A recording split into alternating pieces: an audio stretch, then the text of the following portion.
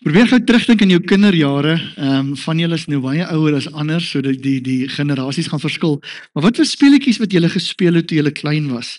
Ek bedoel, as ek nou dink aan die ouer mense, was dit letterlik amper soos klei osse waar ons bou, nê? Maar ek onthou as kind was dit goed soos albasters. Ek weet nie of daar was so 'n albaster versameling op 'n tyd. En ek weet, ek was baie jonk nog, maar voor ons tyd was mos 'n tolle wat jy gegooi het en dan hardloop hy en hy spin en kom ons hardloop 'n bietjie aan, ons dink aan goed soos wegkruipertjie of vrot eiers, seker altyd die speletjies wat jy by die kerk gespeel het, weet wat ek al dit nog was, of is dit bok in die hok, kan dit ook eens reg, bok in die hok, nee, hardloop, en brandbal, die seuns wil altyd speel, die girls wil nooit speel nie, brandbal, maar klomp games. As jy ooit na 'n kerk of 'n gemeente se jeug toe gegaan het, in die ou dae het hulle mos altyd gepraat van jeug, of tieners of waar ook al, daar was ook altyd 'n klomp speletjies gespeel, en miskien het jy hierdie speletjie al ervaar, of jou eie weergawe daar gaan speel, of net iets soortgelyks gedoen, maar ons het dan in die verlede, dan bou ons al 'n tipe van 'n baan, kom ons sê so 'n halwe meter tipe van 'n, noem dit maar amper 'n doolhof, met die geheim of die catch dan, dat die ouetjie wat deur hierdie ding moet loop, geblinddoek is, en iemand anders moet aan die ander kant staan en vir hom sê, loop vorentoe, draai bietjie, draai baie, en nou kan jy jouself en die reël was ook, as jy raak aan een van die kante, as jy uit, en dan het ons nou half mekaar getime, so 'n bietjie kompetisie tussen die span om te kyk hoe vinnig, of twee identiese bane langs mekaar gebou, so dan kan jy nou sien of jy voor die ander span is of nie, maar die kort en lank is, vir daai oomblik, ek bedoel, as iemand jou vir die eerste keer blinddoek, veral in 'n vreemde omgewing, die onsekerheid wat daarmee saamgaan, ek het nie 'n klou om te loop nie, en ek bedoel, daai frustrasie van hierdie kind wat homself doodskree, want ek sê vorentoe, en hierdie ou gaan skuins, maar hy dink dis reguit, want hy het geen perspektief, of geen skatting of diepte nie, en dit raak nogal interessant, wil ek sê, hoe aggressief hulle op mekaar raak, of frustreerd met mekaar raak, want dit wat ek sê, dit wat jy doen, is nie dieselfde nie.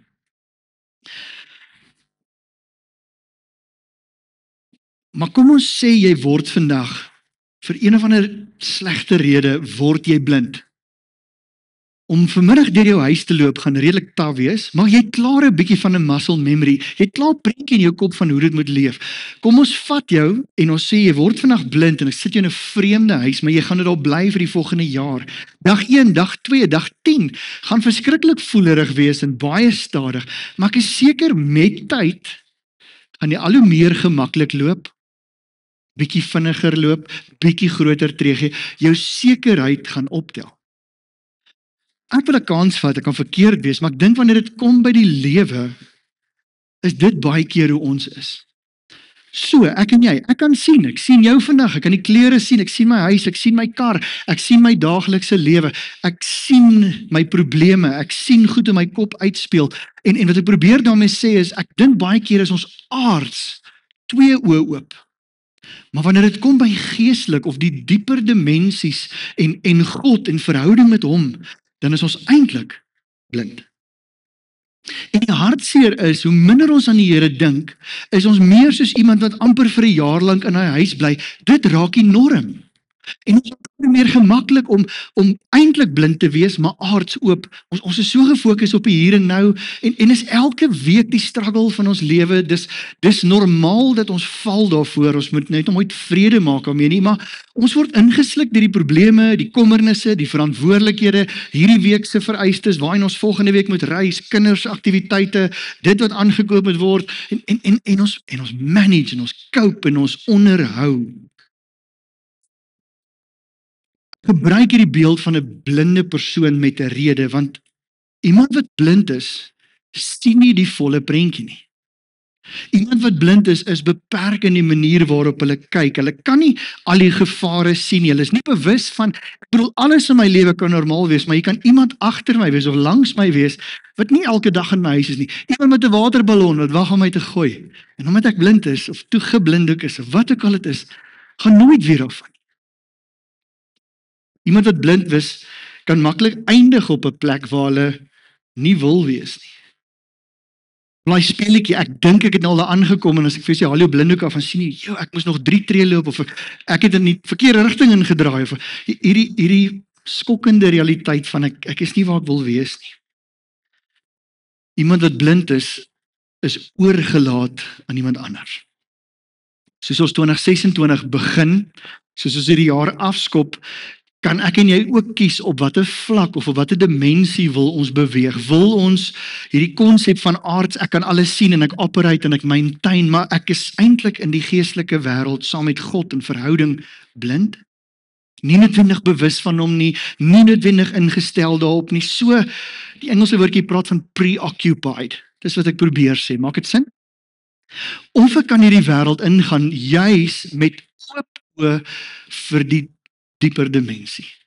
En dan weet ek klink baie geestelik of weird, maar hoor my hart. In terme van waar's God, wie is hy en watter rol hy in my lewe kan en wil speel. Ons kan in die begin van hierdie jaar op uitkoms fokus, dinge wat ons onsself toewens, vrede, geluk, gesondheid, beskerming en al hierdie dinge kan waar word, maar die dinge kan ook teen 'n prys kom. Ek kan die dinge ervaar, ek kan sekere keuses maak en dan moet ek daai keuses leef.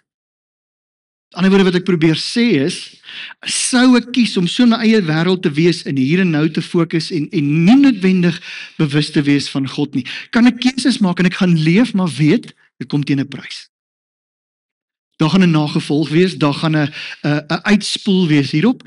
Kies ek om my oë op te hou, kies ek om die Here te betrek, sy rol in my lewe, sy krag in my lewe, dan dit ook my keuse beïnvloed en effek op my lewe hê. Iemand wat baie doelbewus gekies het, iemand wat ons vertel van sy ervaring, iemand wat getuig van sy ervaring in die Bybel, is 'n man met die naam Dawid. En ons gaan vanoggend 'n baie bekende teksie lees, so pas op om af te sluit, mens ken dit mos, en dan ja, ek weet wat dit beteken, en ek ja, wat dit beteken. En miskien gaan ek jou vanoggend niks niets leer nie, miskien is die doel nie vanoggend dat ons een of ander diep nuwe waarheid moet leer nie, maar dat ons herinner moet word. So lees hierdie bekende teks saam met my. Dawid getuig, hy maak 'n verklaring en ons doen dit uit Psalm 23. Die tema vanoggend is my herder. My herder. Hy sê, 'n Dawids Psalm, die Here is my herder. Daar's niks wat my ontbreek nie. Hy laat my lê in groen weivelde en na waters waar rus is, lei hy my. Hy gee my nuwe krag. Hy lei my op die pad van geregtigheid tot eer van sy naam. Wanneer ek loop in 'n baie donker kloof, sal ek nie bang wees nie, want U is naby my. U stok en U staf beskerm en ondersteun my. U berei vir my 'n feesmaal voor die oë van al my vyande. U verwelkom my as 'n eregas deur my kop te salf met olie en my beker oorvol te maak. Waarlik, U goedheid en trou vergesel my al die dae van my lewe. En ek sal bly in die huis van die Here so lank as wat ek lewe. Dink ons eintlik 'n ton wat ons oor die Psalm kan sê en heel moontlik gaan ek nie as die oppervlak krap nie, maar kom ons vat hom gou vers vir vers deur. Hy begin en hy verklaar en hy sê, hierdie is Dawids Psalm, die Here is my herder. Nou hierdie stelling kan twee kante hê, dit kan twee betekenisse hê, albei is waar, dis nie een of die ander nie, maar ek dink wanneer Dawid verklaar, die Here is my herder, dan sê hy eerstens vir ons, ek erken wie hy is. Ek gee erkenning aan sy rol, met ander woorde, die Here is 'n herder. Die Bybel beskryf hom as dit, daar's 'n klomp tekste in die Ou Testament waar die Here sê, ek is soos 'n herder vir my volk, en so dis 'n erkenning. Die Here is getrou, die Here sorg, al die eienskappe wat saam met 'n herder gaan. Die tweede ding wat hy kan verklaar hierdeur, en ek dink hy doen dit, is hy maak 'n persoonlike geloofsverklaring. Dis hoekom ek hom so in italic vir jou sê, dis nie net my herder nie, dis my herder. Dis my keuse vanoggend. Dawid sê, dis 'n bekendmaking dat ek kies. Ek het hierdie Here my herder gemaak. Hy kon sê, die Here is 'n herder. Die Here is die groot herder. Maar sy verklaring is persoonlik. Hy sê, die Here is my herder. Ek erken sy rol en my rol. Die herder is ek die skaap. As hy lei, gaan ek volg. Ek vertrou hom want hy weet beter. plaas my onder sy gesag, ek volg hom, ek kyk na hom met vertroue, ek luister na sy stem. Hoekom sal Dawid so stelling maak? Want Dawid het gesien en in sy eie lewe ervaar dat daar niemand is soos sy herder nie.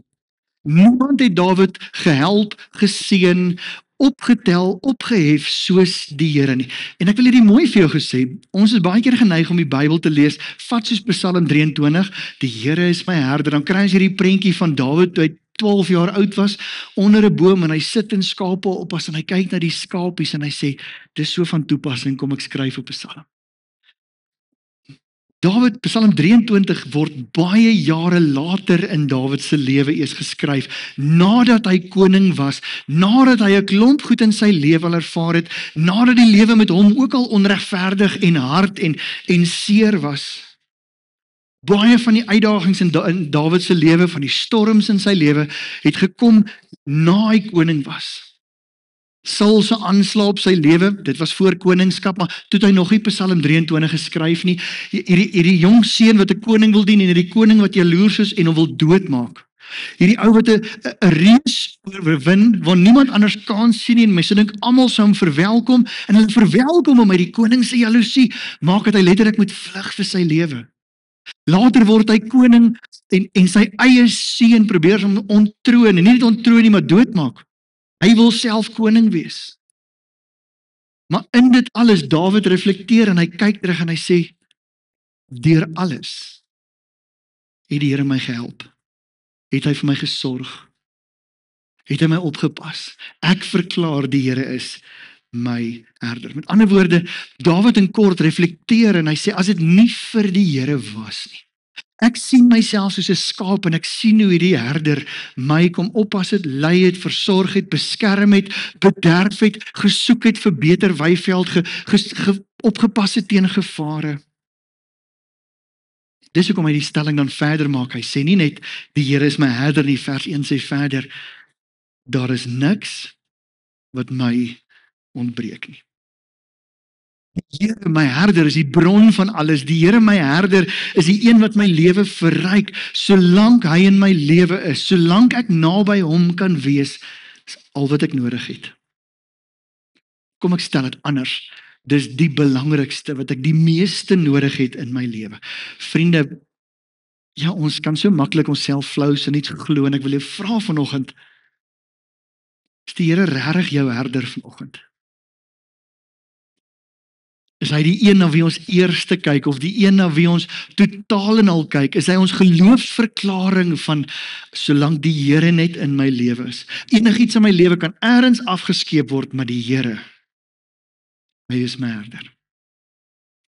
Vers 2 gaan aan, hy sê, hy laat my lê in groen weivelde, na waters waar rus is, lei hy my. En ek dink Dawid praat figuurlikie. Sekerlik ervaar mens as jy in 'n gras, ek sommer as ek in die klomp gras op dink, nee, maar sekerlik as jy in 'n groen grasveld lê, is daar vrede. Ergens het jy al langs 'n stroom gesit en daai water wat net so troebel oor die klippies, dis die ongelooflikste gevoel. Maar dis baie duidelik, Dawid wat hy probeer sê is, maak nie saak waardeur ek alles gaan nie, die Here sal my altyd lei na 'n plek waar die laste minder word. Die Here sal my altyd bring op 'n plek waar ek vergeet van die kommer van die lewe. Jy sien die keer wat jy ergens al langs 'n stroom gesit het of op 'n groen grasveld gelê het, was daar nog steeds 'n probleem by die huis, nog steeds 'n rekening wat jy nie betaal het nie, maar net in daai oomblik het jy vrede ervaar. Dawid sê te midde van die uitdagings van die lewe, sal die Here, die herder, die leier my altyd bring waar ek kan vrede hê. In die Nuwe Testament, ons sal hom nou lees, maar in die Nuwe Testament in Filippense 4 praat 'n skrywer van hoe ons oor niks besorg moet wees nie. En hoekom sal hy dit sê? Want daar sal altyd iets wees waaroor ons besorg kan wees. En hy sê dan in Filippense 4, moenie oor iets besorg wees nie, maar met God oor alles. Baie duidelik is in vers 6. Praat met God oor alles. En praat ernstig met hom en sê vir hom dankie, maar hoor mooi, dis die vereiste. Betrek jou herder, gaan wy naby jou herder, en dan, wanneer hy jou herder is, wanneer jy met die Here praat, Dan hoor jy die belofte, vers 7. Hy sê, en die vrede van God, wat alle verstand te bowe gaan. Sal, is 'n belofte, is 'n verklaring, dit sal in julle harte, of oor jou harte en gedagtes, die wag hou in Christus Jesus. Dis wat Dawid probeer verklaar. Hy sê, wanneer die Here jou herder is, die Here is my herder, en ek het keer op keer ervaar, hy lei my. Ek eindig altyd op 'n plek waar daar vrede is, waar daar kalmte is, waar ek kan vlug van die vrese van hierdie wêreld, want ek het 'n herder. Verstaan jy hoe belangrik is dit, dat ons 'n verklaring maak en sê, U is my herder, ek het U nodig, ek is afhanklik van U. Soos gou terugreflekteer op 2025. Kan jy dalk dink of onthou aan tye in 2025 waar daar 'n afwesigheid van vrede in jou lewe was? Waar jy dan net die blind wees verboon hieronder, waar ek so gefokus is op my probleme en ek het amper 'n chill pill nodig. Ek het nodig om iets te doen om rustig te raak. Ek kan nie slaap nie, ek is stresvol. En die enigste rede hoekom ons op daai plekke vind is omdat ons so fokus op die probleem en nie op die herder nie. Dit is so belangrik dat ons soos Dawid kan kom in die begin van hierdie jaar en sê, in 2026 gaan die probleem vry wees nie, daar gaan uitdagings in my lewe wees, maar ek verklaar die Here is my herder. Ons net een bron van ware vrede. En is my mooi hoe daai teks in Filippense 4 sê, dat daai vrede sal die wag hou in Christus. Met ander woorde, dis nie 'n oombliklike vrede nie, dis nie 'n moment en as jy uitstap is alles net weer weg nie. Jesus Christus het die vermoë om daai vrede op te pas. En hoe nader ek aan die herder bly en hoe meer ek aan hom dink of hoe meer ek van hom bewus is, hoe meer sal daai vrede bly. Vers 3 sê, hy gee my nuwe krag.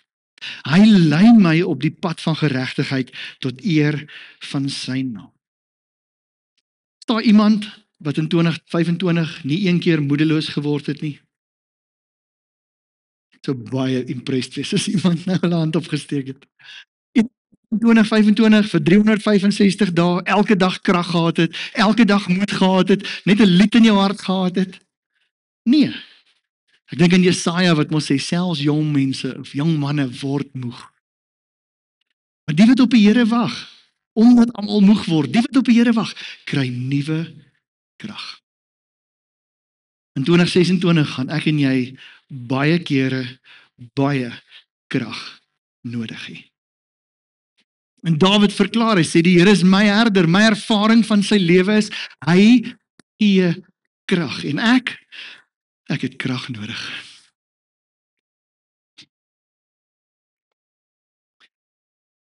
In ons mensheid word ons moeg.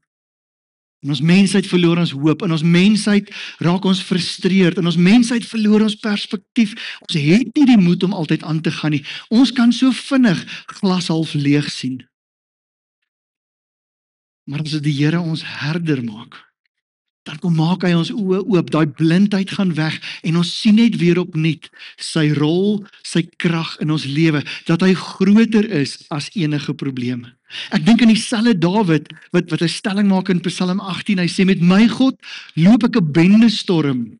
Jy het redelik krag en boldness en guts, ruggraat nodig om so 'n stelling te maak. Hy sê met my God kan ek enigiets doen.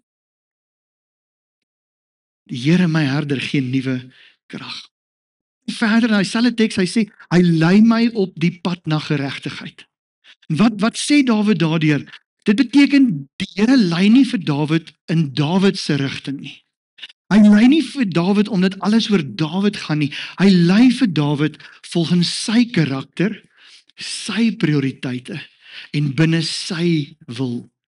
Dis hoekom ek afsluit en hy sê, tot eer van sy naam.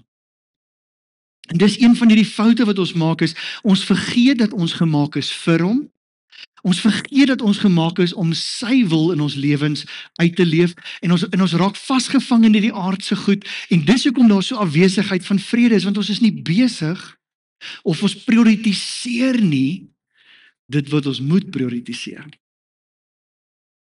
Die Here het baie sekondêre verantwoordelikhede aan ons gegee.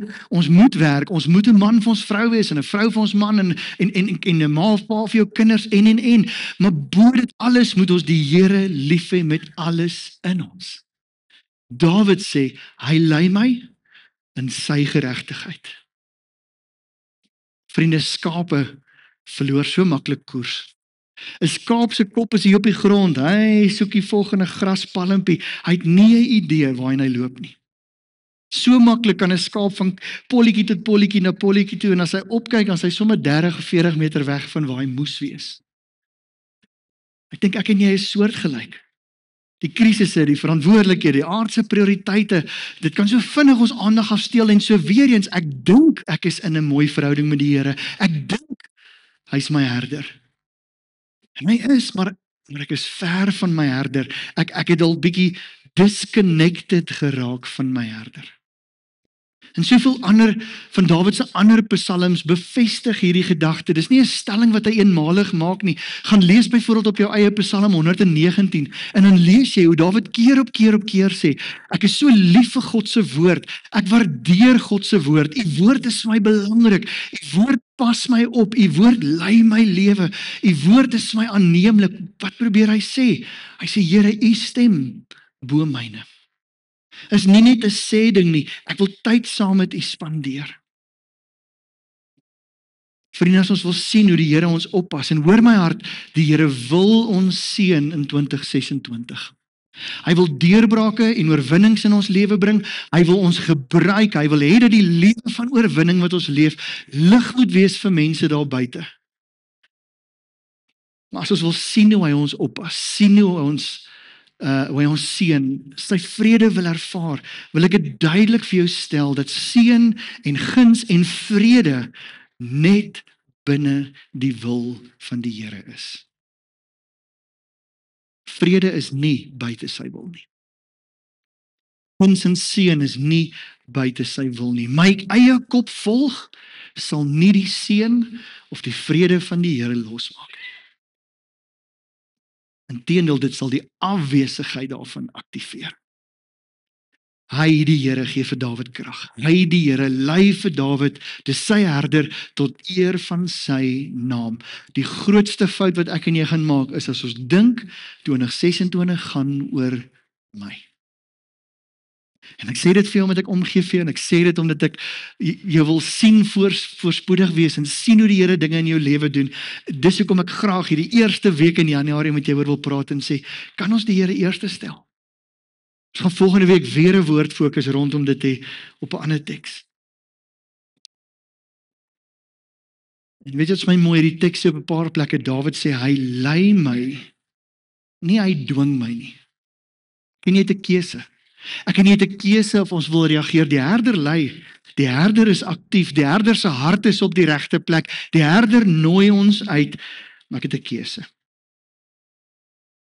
Vers 4, hy sê, wanneer ek loop in 'n baie donker kloof, sal ek nie bang wees nie, want U is naby my, U stok en U staf beskerm en ondersteun my.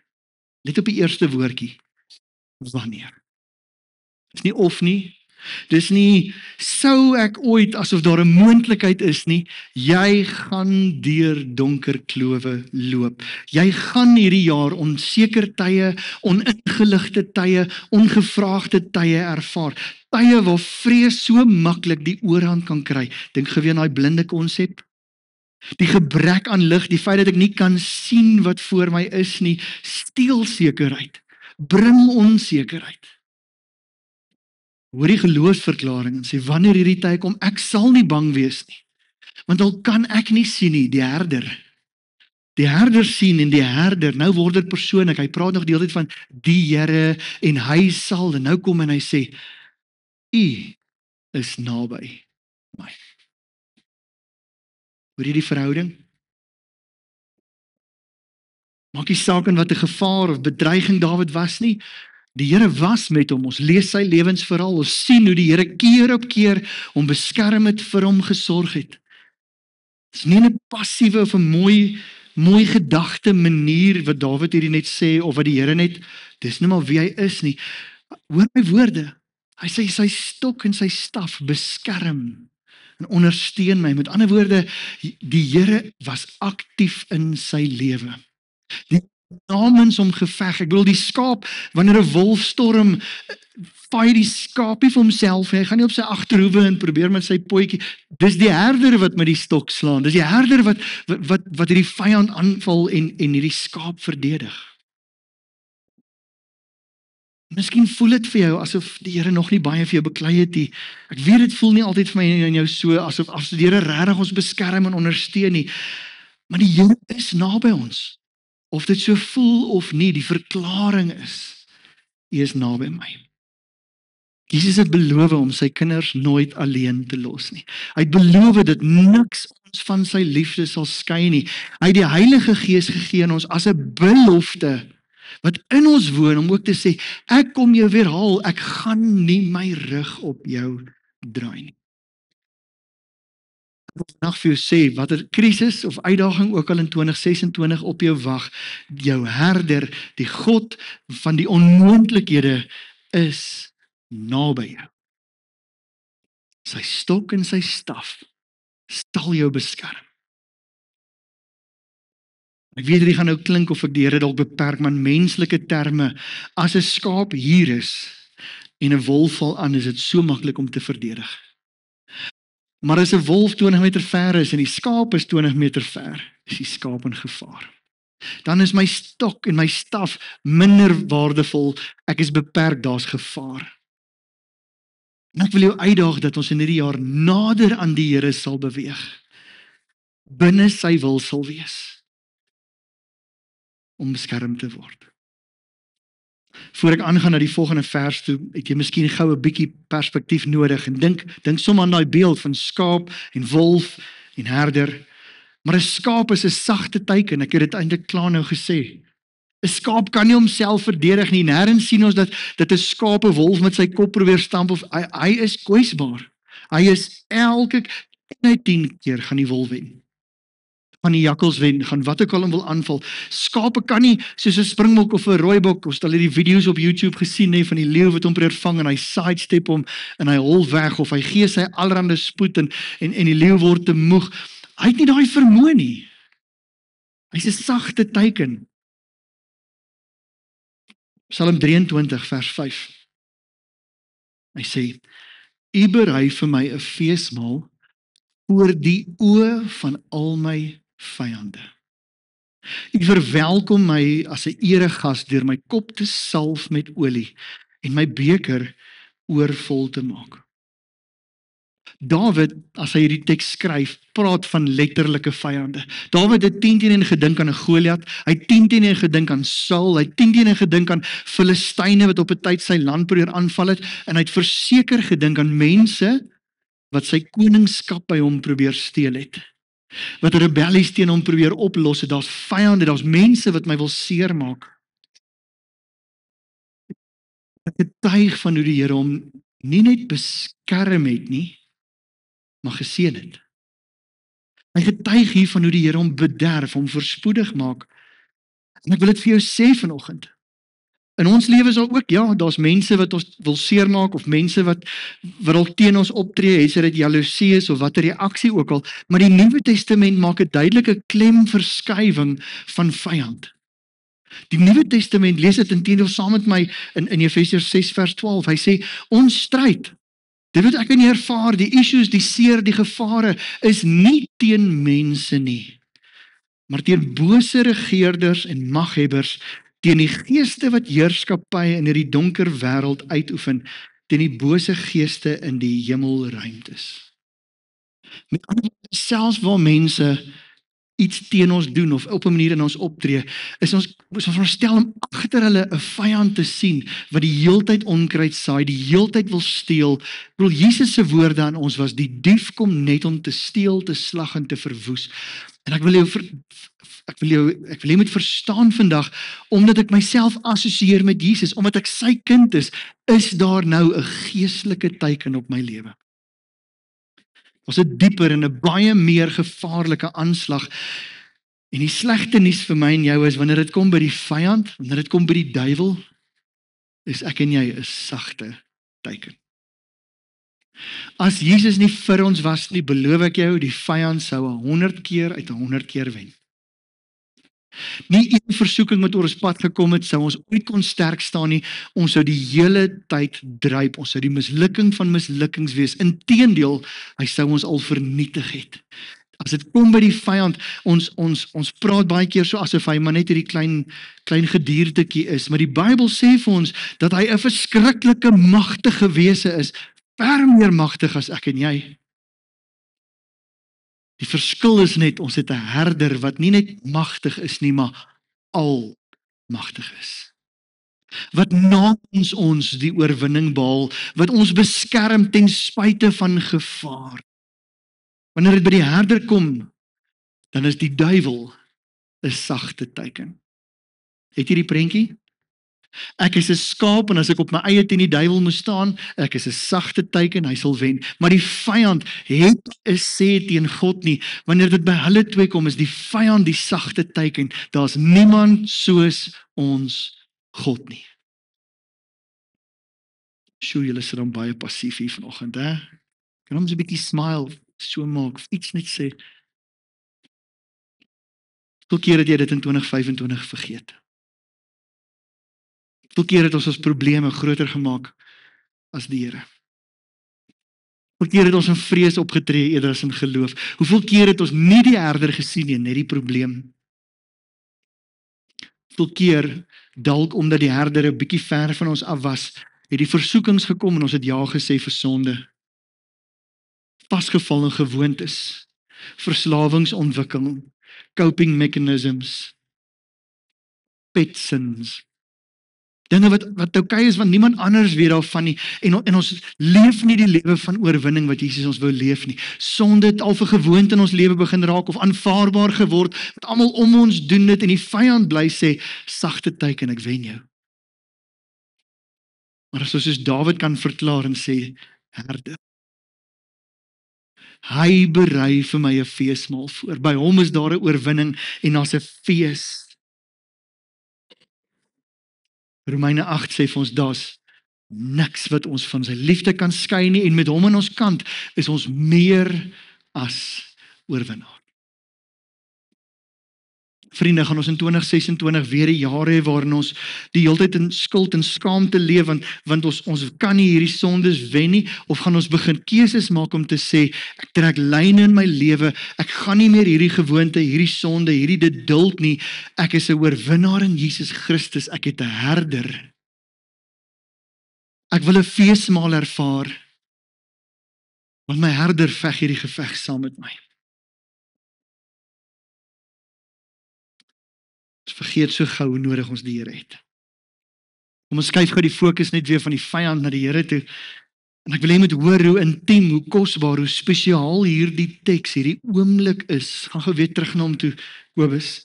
Daai B-gedeelte van vers 5, vers 6. Die wat ons nou net gelees het, gaan gou terug na hom toe. Ekskuus, die Psalmvers, dis my fout, Psalm 23. Maar lees dit net gou weer vinnig saam met my. Hoor wat sê die Here, hy verwelkom my soos 'n hy verwelkom my soos 'n eregas. Hy verwelkom my soos 'n eregas. En hy salf my kop met olie en my beker oorvol. Hierdie herder heg waarde aan sy skape. As ons sê die Here wil die beste vir ons hê, is dit nie maar net 'n cliché sinnetjie nie. Hy wil jou seën.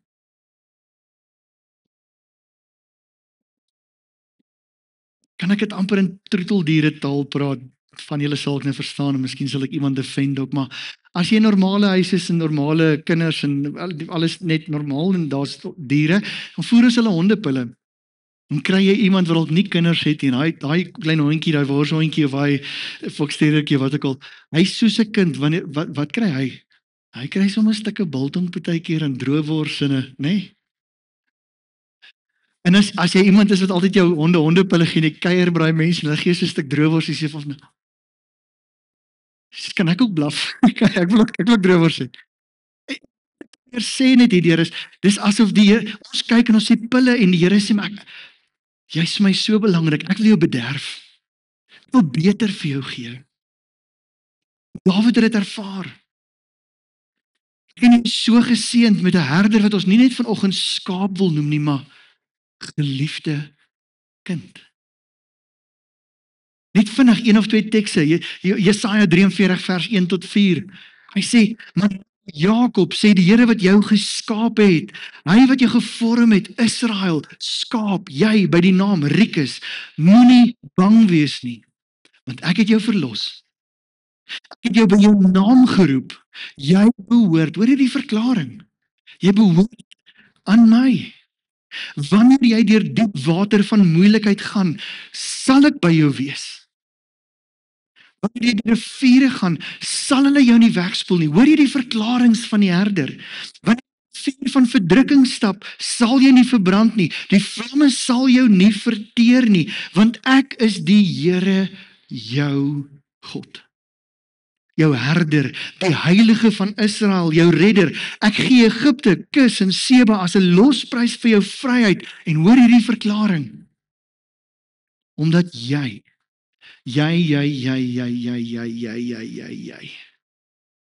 vir my kosbaar en belangrik is. Omdat ek jou liefhet, gee ek mense in jou plek in ruil vir jou lewe. Efesiërs 2 vers 4 en 5 sê, maar God se ontferming is oorvloedig. Die liefde, hoor wat die ekstreem hiervan, die liefde waarmee ons lief gehad het, was so groot, dat toe ons verkeerde lewe ons geestelike dood veroorsaak het, moes hy iets daaraan doen. Hy ons saam met Jesus lewend gemaak. Sy liefde was so groot, dat hy Jesus moes stuur, en soos hy Jesus lewend gemaak het, dat hy ons 'n geestelike lewe gee. Dis God se genade, wat maak dat jy verlos is. Hierdie herder is so lief vir jou, dat hierdie herder bereid was, nie die mis nie, dat die herder bereid was, om 'n skaap te word. Seker een van die kragtigste profeseë oor die koms en die kruisiging spesifiek van Jesus, 100 jare voordat daar kruise eers ontwerp was deur die Romeine, skryf Jesaja en hy voorspel, Jesaja 53, ek lees vir 'n gedeelte daarvan, hy sê, almal van ons het weggedraai soos 'n klomp skape, ons het ons eie kop gevolg, skape tipies, en toe het die Here ons almal se skuld en sondes op hom laat neerkom. Hy is geslaan en mishandel, nie ek en jy nie. Maar hy het nie sy mond oopgemaak nie. Hy is soos 'n lam wat gelei is, of wat ter slagting gelei word. Ander woorde, hy was nie net bereid om van herder skaap te word nie, hy was bereid om herder na skaap te word wat doodgemaak gaan word. 'n offerlam. Hy is verdruk, sê vers 8, skuldig bevind en weggelei na sy dood. Wie van sy mense het besef dat hy vir hulle sondes doodgemaak word? Dat hy eintlik in hulle plek gestraf word. Hierdie skaap, hierdie Jesus, hierdie God seun, het niks verkeerd gedoen nie, en het nooit iemand bedrieg nie. Tog is hy soos 'n misdadiger begrawe in 'n ryke se graf. En oor hierdie laaste woorde, maar dit was die Here se wil. Dit was intentioneel vir my en jou, om sy seun, om hom te vermorsel en te laat ly. Al het die Here sy lewe 'n skuldoffer gemaak. Hoor wat doen hy aan Jesus? sal hierdie Jesus altyd 'n groot nageslag kry en nog lank lewe. Die Here se plan sal as gevolg van hom ontvou. Jy maak vir die Here saak. Maak nie saak wat jy in jou lewe al gedoen het of wat jou verlede is nie. Die Here het jou lief en juis as gevolg van jou verlede het hy sy seun 'n skaap gemaak. Hy het die prys vir sonde betaal, 1 omdat ek en jy nooit dit sou kon betaal nie, en 2 omdat hy nie wou hê ons dit moet betaal nie. Op grond van sy seun het hy ons lewend gemaak. Het ons sy kinders verklaar en gesê, ek wil jou herder wees. Soos ek nou vinnig genoem het, Dawid is nie gedwing om die Here sy herder te noem nie. Baie ander konings soos Dawid het ook die keuse gehad, het dieselfde geskrifte gehad, het dieselfde priestersisteem gehad en hulle het hulle eie kop gevolg, hulle eie prioriteite gedoen, blind gewees vir God se reël in hulle lewe en hulle het geleef en ons lees die effek daarvan, die skade daarvan, die vernietiging daarvan. Vir hulle wat die Here kies as hulle herder, is daar hierdie geloofsverklaringe, hierdie getuienisse van vrede, guns, stalwing en 'n oorvol beker. Moenie my verkeerd verstaan nie. Psalm 23 is nie 'n probleemvrye psalm nie. Dit is nie 'n verklaring dat kies hom as herder en als loop lekker en rustig nie. Dis 'n gedig oor 'n lewe wat deeglik versorg word onder die Here se getroue leiding. En hier's waarna toe ek wil uitdaag, vers 6. Hy sê, waarlik, u goedheid en trou vergesel my al die dae van my lewe. En ek sal bly in die huis van die Here, solank as wat ek lewe. Baie mense verklaar Jesus, noem Jesus, bid dalk by tye om te sê, die Here is my herder. My uitdaging vir 2026, my uitdaging vir myself is, dat ek sal verklaar en sê, die Here is my herder, elke dag. Dis wat Dawid hier sê, die Here is my herder, elke dag. Dis nie net wanneer ek hom gaan nodig hê nie. Dis nie net in die krisistye nie. Ek wil die Here dien vir die res van my lewe. In ou tye, dis wat Dawid nou hier skryf as hy sê, ek wil in die huis van die Here bly solank as ek lewe. Huis van die Here was die plek, die tempel waar God se teenwoordigheid was. Hy was nie oral nie. En as jy tyd met hom wou spandeer, het jy na die tempel toe gegaan en Dawid sê, ek wil naby God wees vir die res van my lewe. Jesus het aan die kruis gesterwe, sodat daai sisteem tot niet kon gaan, sodat ek en jy hier enige plek, enige tyd, Jesus se teenwoordigheid kan ervaar. En Jesus is oral. Maar ek kan geestelik blind wees, en hier fokus, en nie vir 'n oomblik dink aan die feit dat hy hier is nie. Of kan hom my herder noem, en my liefde in hom vind, en my prioriteite in hierdie jaar so beïnvloed, dat alles wat hier gebeur, ek opvat en sê, Here, lei my. Here, ek wil naby u bly. Indien jy nog nie oortuiging het nie, 'n laaste vinnige punt. In die Nuwe Testament kom Jesus, hy leef op aarde, en hy noem homself, hy verklaar homself die goeie herder. Hoor sy woorde in Johannes 10 vers 11 tot 15, hy sê, ek is die goeie herder. Die goeie herder lê sy lewe, offer sy lewe op vir die skape. 'n Kontrakwerker is iemand, is hoegenaamd nie 'n herder nie, want is nie sy eie skape nie. As 'n kontrakwerker, as hy 'n wolf sien, aankom, los hy die skape net daar en hy vlug van die wolf. En die wolf vang die skape in verwildering. Dis Jesus se woorde, hy's 'n tipiese kontrakwerker en hy gee nie om vir die skape nie. Ek, Jesus, is die goeie herder. Ek ken my skape en hulle herken my, net soos die Vader my ken en ek ook die Vader ken, en ek gee my lewe vir die skape. En as ons hierdie woordjie hoor en ons hoor ek gee my lewe, dan dink ons dadelik aan hy sterwe. Dink aan die beeld wat hy vir ons gee hierso. Hy sê 'n kontrakwerker sien gevaar en hy dink aan homself, hy vlug, hy hardloop, hy los jou alleen, sagte teiken. Jesus sê, ek is 'n goeie herder. Ek sal jou onder geen omstandigheid los as 'n sagte teiken nie. Ek wy my lewe aan jou toe. Dis wat hy sê as hy sê ek gee my lewe vir die skape. Ek bedoel, hoeveel van die tekste wat ons vanoggend lees, het dit ook verklaar om te sê ek sal by jou wees. Niks sal jou van my kan skei nie. Dink aan Jesaja waar hy sê ek is die Here jou God. Daar's 'n verbintenis, daar's 'n belofte. Hy kommunikeer aan jou vandag. Jesus beloof vandag, hoor my hart mooi. Jesus kommunikeer aan jou vandag dat in 2026, hy gee jou sy woord, sal hy getrou wees. Hy gee sy lewe vir sy skaap. Die vraag is in 2026, sal ons getrou wees? Lees hierdie stelling.